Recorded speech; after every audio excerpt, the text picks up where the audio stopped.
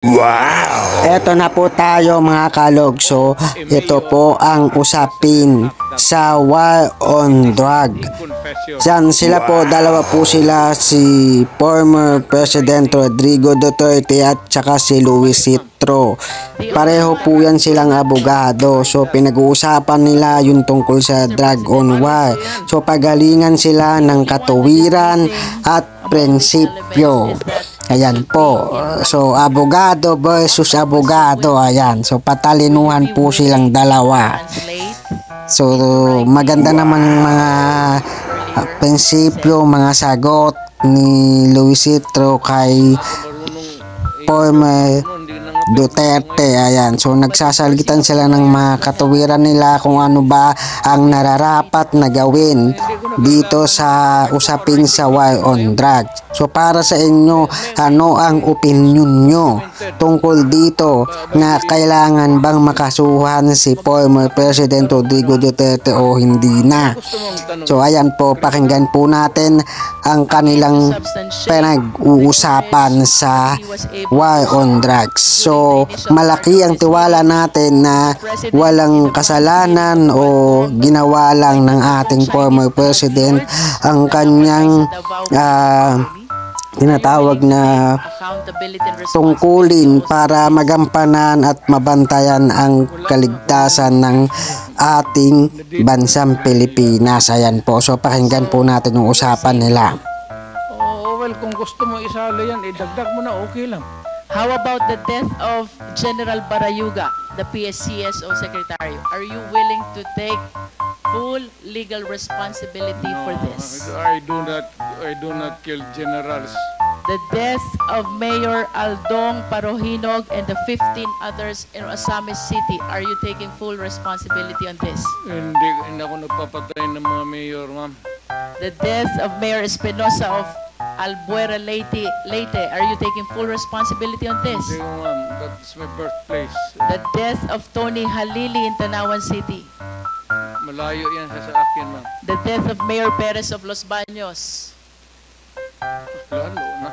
Ibalik ko po dun sa una niyong sinabi. If you are denying all this, alin po yung tinutukoy nyo when you said you are taking full legal responsibility to all the victims of war on drugs, both legal and illegal? Yes. Kasi order ko kasi yung that was my campaign against drug. Na yung alam mo, maraming istasyon, maraming pulis. Kung nagkaletse-letse doon, hindi ka maghugas ng kamay. Dapat sabihin mo, akin dyan kasi of course nagkamali sila. Now, if there is an appropriate action na gusto ninyong ilabas, then file the case in court. Wala nang pigil, matagal na yan yung sabi extrajudicial killing. I am challenging anybody or everybody who makes the accusation, whether it is really true or not. It may be true.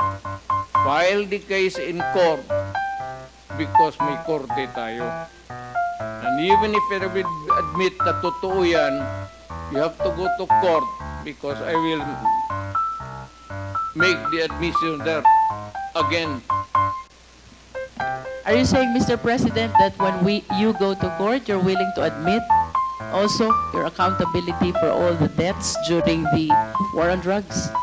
Ay, of course, may abogado man ako, ma'am. Kung ano sabihin ng abogado ko, sunod ako.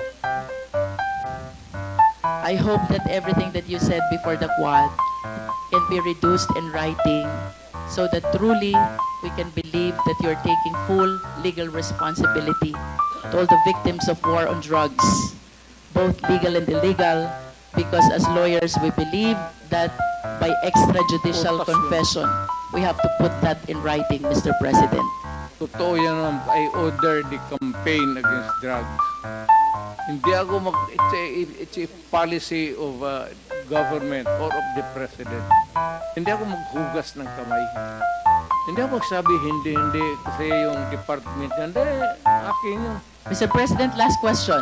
If one of these days the ICC will come, will you voluntarily submit yourself? Sipain ko pa sila, ma'am. But you said a while ago that if somebody will sponsor your fare to the ICC, you will voluntarily submit yourself to their investigation and jurisdiction. Yes. Pero kung sila magpunta dito, sipain ko.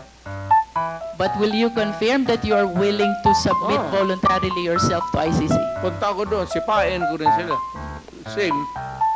I have nothing further, Mr. Chair. Thank you, Mr. President.